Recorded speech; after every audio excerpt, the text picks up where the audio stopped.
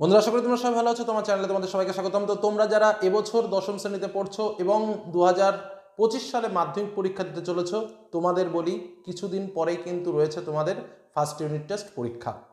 তো ইতিপূর্বে তোমাদের জন্য আমি বিভিন্ন বিষয় সম্পর্কে আলোচনা করেছি এবং তোমরা যদি চ্যানেল প্লেলিস্টে গিয়ে দেখো, সেখানে বিভিন্ন প্রশ্নের নোটস, বিভিন্ন ক্লাস ওয়াইজ প্রত্যেকটা বিষয় কিন্তু বোঝানো রয়েছে। তো তোমরা যারা সেগুলোকে দেখেছো তারা কিন্তু অবশ্যই উপকার পেয়েছো। আজ তোমাদের সামনে সেই বিষয়টাই শেয়ার করব, যে বিষয়টা তোমাদের এখন থেকে রেডি করে রাখা উচিত। আজকের আলোচনায় তোমরা হয়তো অনেকে দেখতে এসেছো যে সাজেশন, অর্থাৎ আমি মাত্র কয়েকটি প্রশ্ন বলবো এবং তোমরা পরীক্ষার হলে গিয়ে খুব সুন্দরভাবে সেই প্রশ্ন কমন পেয়ে যাবে।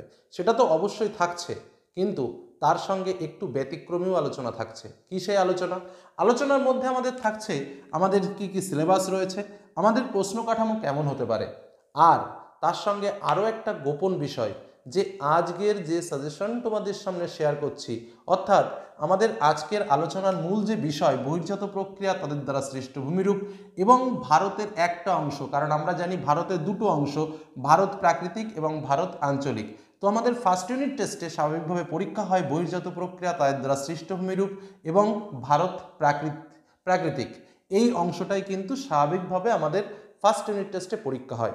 যে কারণে এই দুটো পার্টের মূল ইম্পর্টেন্ট কী কী প্রশ্ন রয়েছে সেগুলো সম্পর্কে আমরা কিন্তু অবশ্যই আলোচনা করব। এবং শুধু ইম্পর্টেন্ট প্রশ্ন সেটা কিন্তু ভাবলে হবে না, কারণ আজ এই অধ্যায় থেকে যে প্রশ্নগুলো আমি তোমাদের শেয়ার করব এবং ভারত প্রাকৃতিক থেকে যে প্রশ্নগুলো শেয়ার করব, মনে রাখবে এই প্রশ্ন কিন্তু শুধুমাত্র যে আমি ফার্স্ট ইউনিট টেস্ট পরীক্ষার জন্য দিলাম সেটা কিন্তু নয়। এই প্রশ্ন একদিকে যেমন টেস্ট পরীক্ষা, ঠিক একই রকমভাবে ফাইনাল পরীক্ষার জন্যও কিন্তু এই প্রশ্নগুলোই তোমাদের থাকবে। অর্থাৎ আজকের আলোচনায় যে প্রশ্নগুলো তোমাদের সামনে শেয়ার করছি, সেই প্রশ্নগুলোই কিন্তু তোমার ভবিষ্যতের জীবনটা গড়ে দেবে। যে কারণে প্রশ্ন সংখ্যা কিন্তু একটা, দুটো বা তিনটে এরকমভাবে আমি তোমাদের সামনে এই মুহূর্তে শেয়ার করছি না। হ্যাঁ, অবশ্যই মূল যে প্রশ্নগুলো রয়েছে তার মধ্যে মোস্ট ইম্পর্টেন্ট প্রশ্নগুলোকে আমি একটি স্টার সিম্বল দিয়ে দিয়েছি।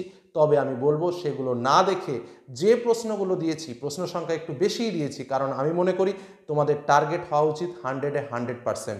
তোমরা সমস্ত প্রশ্ন পড়বে এবং এই প্রশ্নগুলো যদি রেডি করে রাখতে পারো, তাহলে ফার্স্ট ইউনিট তো দূরের কথা, ফাইনাল পরীক্ষা, টেস্ট পরীক্ষা সমস্ত জায়গায় কিন্তু তুমি ভালো মার্কস পাবে। এখন তোমার ভাবনা তোমার কাছে যে তুমি কি করবা। শুধুমাত্র ফার্স্ট ইউনিটের জন্য ভালো পড়াশোনা করতে চাও নাকি ফাইনালের জন্য ভালো পড়াশোনা করতে চাও? আমি বলবো টার্গেট এখন থেকেই নাও যে আমার ফাইনালে ভালো রেজাল্ট করতে হবে।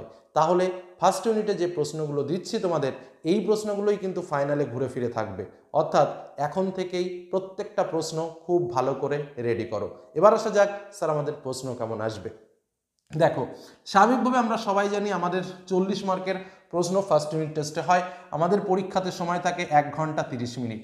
আমাদের পরীক্ষাতে যে 40 মার্কের পরীক্ষা হয়, এই 40 মার্কের মধ্যে 16 মার্কের থাকে শর্ট টাইপের প্রশ্ন। শর্ট টাইপের প্রশ্ন মানে কি কি থাকতে পারে? আমাদের এমসিকিউ থাকতে পারে, অর্থাৎ টিক চিহ্ন। আমাদের এসএকিউ থাকতে পারে, অর্থাৎ এক কথায় উত্তর, মানে থাকবে এমসিকিউ এসএকিউ থাকবে। তাছাড়াও ডান বাম স্তম্ভ থাকতে পারে, শূন্যস্থান পূরণ থাকতে পারে, শুদ্ধ এবং অশুদ্ধ থাকতে পারে।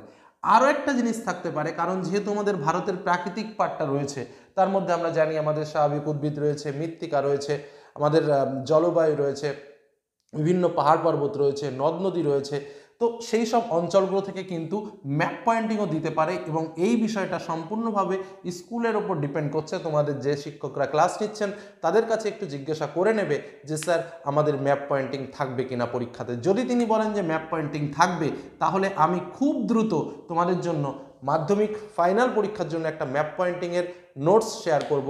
সেই ম্যাপ পয়েন্টিং থেকে তোমরা একটু প্র্যাকটিস করে নেবে, সমস্ত ম্যাপ পয়েন্টিং ওখান থেকেই পেয়ে যাবে। বোঝা গেল কি বললাম? এবার আসা যাক আমাদের স্যার কেমন পরীক্ষাতে প্রশ্ন আসে।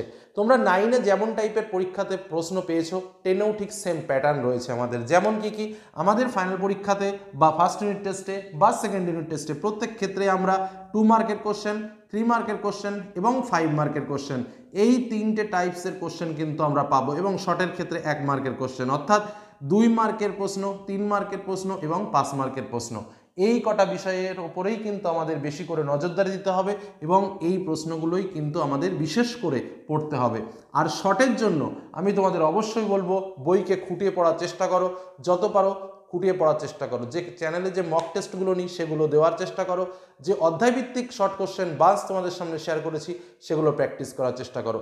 এখন আমরা যাব আমাদের মূল সিলেবাস, এই মূল সাজেশন আলোচনায়। সাজেশন বলতে আবারও বলছি, আজকে কিন্তু সেই অর্থে সাজেশন নয়, একদম প্রশ্নমালা, যে প্রশ্নগুলো তোমাকে রেডি করতে হবে, শুধুমাত্র ফার্স্ট ইউনিট টেস্ট নয়, একদম ফাইনাল। অর্থাৎ আজকে যে প্রশ্নগুলো শেয়ার করছি, এই প্রশ্নগুলো ধরো এই চ্যাপ্টারের যে প্রশ্নগুলো শেয়ার করছি আজকে পড়া মানে যে শুধুমাত্র ফার্স্ট ইউনিট টেস্টটা অতিক্রম করবো সেটা নয়, একদম ফাইনাল পরীক্ষাতেও কিন্তু সেম কোশ্চেন থাকবে, এটা কিন্তু মাথায় রেখো।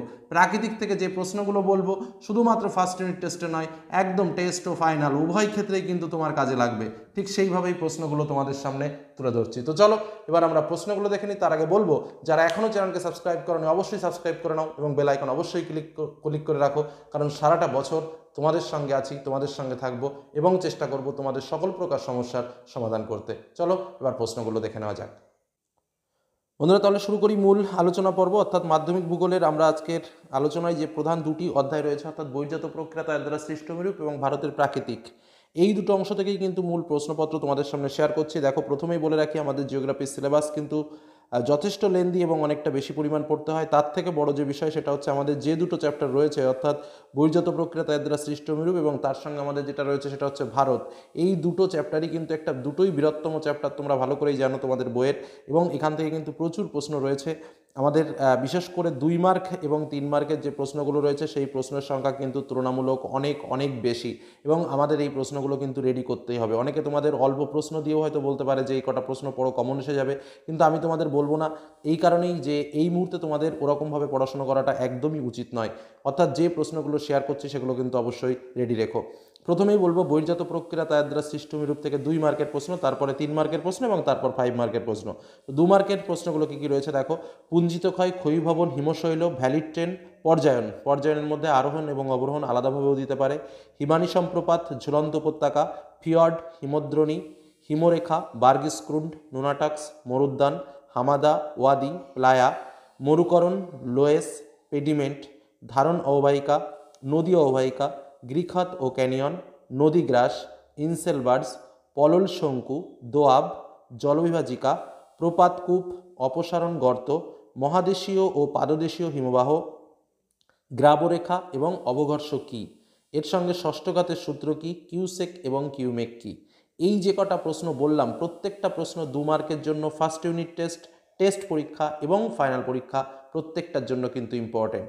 তবে তোমাদের যেটা প্রথমেই বললাম এর মধ্যে যেগুলোতে স্টার চিহ্ন দেওয়া রয়েছে, অর্থাৎ তোমরা দেখতেই পাচ্ছ এই স্টার মার্কের প্রশ্নগুলো কিন্তু খুব ইম্পর্টেন্ট। তবুও আমি তোমাদের আবারও বলছি, এখন যা দিচ্ছি তোমাদের সমস্ত কিছু ফাইনালের জন্য রেডি করে রাখতে পারো।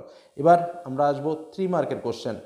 3 মার্কের প্রশ্নের জন্য যে প্রশ্নগুলো ইম্পর্টেন্ট, প্রথম প্রশ্ন আবহবিকার ও ক্ষয়ীভবনের পার্থক্য, দ্বিতীয় প্রশ্ন নদী ও বায়ু কী কী প্রক্রিয়ায় ক্ষয়কার্য ও বহন কার্য করে, অশ্বক্ষুরাকৃতি হ্রদ কীভাবে সৃষ্টি হয়, জলপ্রপাত উৎসের দিকে সরে যায় কেন, অথবা নদী উপত্যকায় নদীমঞ্চ গঠিত হয় কেন, অথবা নদীর পুনর্যৌবন লাভ বলতে কী বোঝো, বদ্বীপ সৃষ্টির কারণগুলো কী কী, সব নদীতে বদ্বীপ গড়ে ওঠে না কেন, পলল শঙ্কু ও পলল, এখানে কিছু পার্থক্য রয়েছে, যে পার্থক্যের মধ্যে একটা পার্থক্য আসার সম্ভাবনা খুব বেশি, পলল শঙ্কু ও বদ্বীপ, ইউ আকৃতির উপত্যকা এবং ভি আকৃতির উপত্যকা, মহাদেশীয় হিমবাহ ও উপত্যকা হিমবাহ, উপনদী ও শাখা নদীর পার্থক্য, ইয়ারদাং ও জিউগানের পার্থক্য, মোনাডনক ও ইনসেলবার্জের পার্থক্য। দেখো এখানে অনেকগুলোই পার্থক্য রয়েছে, কিন্তু প্রত্যেকটা পার্থক্যই কিন্তু ইম্পর্টেন্ট। ইউ আকৃতি ভি আকৃতি আসতে পারে, মহাদেশীয় হিমবাহ উপত্যকা হিমবাহ আসতে পারে, শাখা নদী উপনদীর পার্থক্য আসতে পারে, অর্থাৎ কোনটা আসবে গ্যারান্টি দিয়ে কেউ বলতে পারবে না। প্রত্যেকটাই ভালো করে রেডি রাখো। তবে হ্যাঁ, স্টার মার্কগুলো মোস্ট ইম্পর্টেন্ট, এটা আমি আগেও বলেছি আবারও বললাম।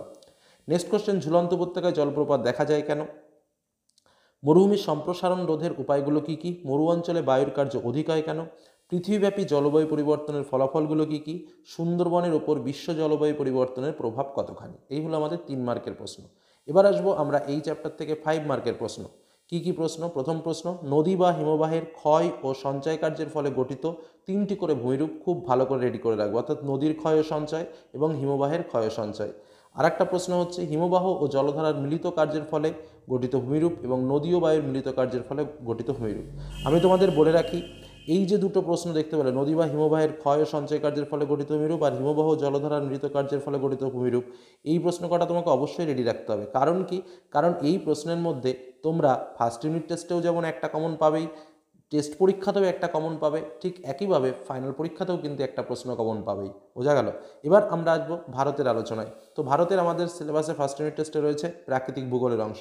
তো প্রাকৃতিক ভূগোল থেকে প্রথমে 2 মার্কের প্রশ্ন বলবো, তারপরে 3 মার্কের প্রশ্ন বলবো এবং তারপর 5 মার্কের প্রশ্ন বলবো প্রাকৃতিক ভূগোল থেকে। ওকে, প্রথম প্রশ্ন, ভাঙর ও খাদার কাকে বলে? ডেকান ট্র্যাপ কি? সংজ্ঞালেখ। ধ্রিয়ান, তাল, দিয়ারা, মরুস্থলী, ভাবর ও তরাই, শিবালিক হিমালয় কি? লেগুন কি? জল সংরক্ষণ বলতে কি বোঝো? মৌসুমী বিস্ফোরণ কি? আধি কি? পশ্চিমী ঝঞ্ঝা কাকে বলে? কালবৈশাখী কাকে বলে?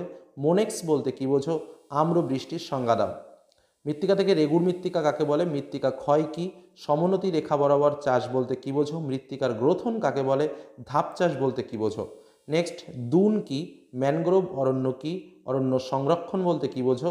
সামাজিক বনসৃজন কাকে বলে?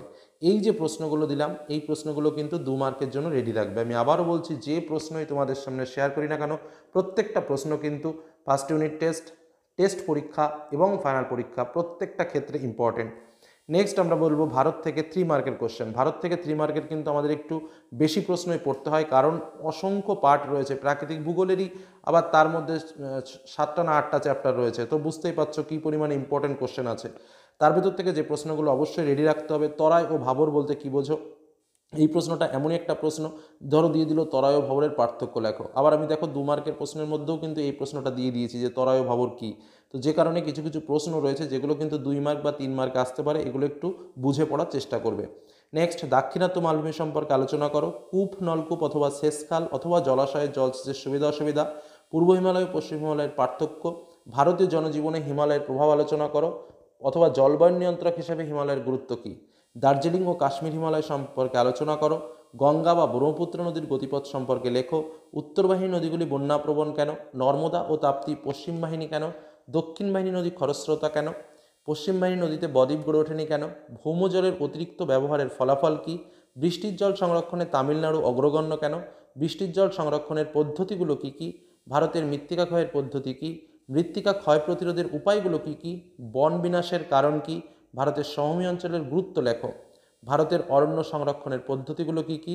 ভারতকে মৌসুমী জলবায়ুর দেশ বলে কেন? এনলিনো বা লালিনার সাথে ভারতের সম্পর্ক কী? অ্যাকচুয়ালি এটা ভারতের জলবায়ুর সম্পর্ক কী, প্রশ্নটা তাই হবে। ঠিক আছে। করমণ্ডল উপকূলে 2 বার বৃষ্টি হয় কেন? এবং সুন্দরবনের দ্বীপগুলি নিমজ্জনের কারণ কী? এবার আসবো ভারত থেকে 5 মার্কের কোশ্চেন, মোস্ট ইম্পর্টেন্ট। আবারও বলছি, এই যে ভারত থেকে যে 5 মার্কের প্রশ্ন এখানে রয়েছে, এর মধ্যে একটা প্রশ্ন তোমরা আবারও বলছি ফার্স্ট ইউনিট টেস্টে পাবে, একটা কোশ্চেন টেস্ট পরীক্ষায় পাবে এবং একটা কোশ্চেন ফাইনাল পরীক্ষাতেও পাবে। কী কী প্রশ্ন? প্রথম প্রশ্ন, ভারতের পূর্ব ও পশ্চিম উপকূলের সমভূমির পার্থক্য লেখো। দ্বিতীয় প্রশ্ন, দৈর্ঘ্য বা প্রস্থ বরাবর হিমালয় শ্রেণীবিভাগ করো। তৃতীয় প্রশ্ন, ভারতের জলবায়ু নিয়ন্ত্রক বা বৈচিত্র্যের কারণ কী? এবং 4 নম্বর প্রশ্ন, উত্তর ভারত ও দক্ষিণ ভারতের নদ নদীর পার্থক্য লেখো। এই প্রশ্ন কটা কিন্তু অবশ্যই রেডি রাখবে। প্রশ্ন দেখে অনেকেই বলতে পারো, স্যার আপনি তো কত কোশ্চেন দিলেন, কিন্তু দেখো যে প্রশ্নগুলো দেওয়া হয়েছে এই প্রশ্নগুলো তোমাকে রেডি করতে হবে। আমি শুধুমাত্র ফার্স্ট ইউনিট টেস্টে তুমি একটা বিরাট বড় রেজাল্ট করলে তার জন্য বলছি যে প্রশ্নগুলো টেস্টার দেওয়া রয়েছে সেগুলো করতে পারো, কিন্তু আমি তোমাদের বলবো প্রিপারেশনটা এখন শুধুমাত্র ফার্স্ট ইউনিট টেস্ট নয়, একদম ফাইনালের জন্য নেওয়া শুরু করো, তাহলেই কিন্তু আসল সফলতাটা তোমরা পরীক্ষাতে পাবে। যতটুকু পারো রেডি করে ফেলার চেষ্টা করো। এই বলে আজকের আলোচনা শেষ করলাম। ভালো থেকো, সুস্থ থেকো, সাবধানে থেকো। ধন্যবাদ।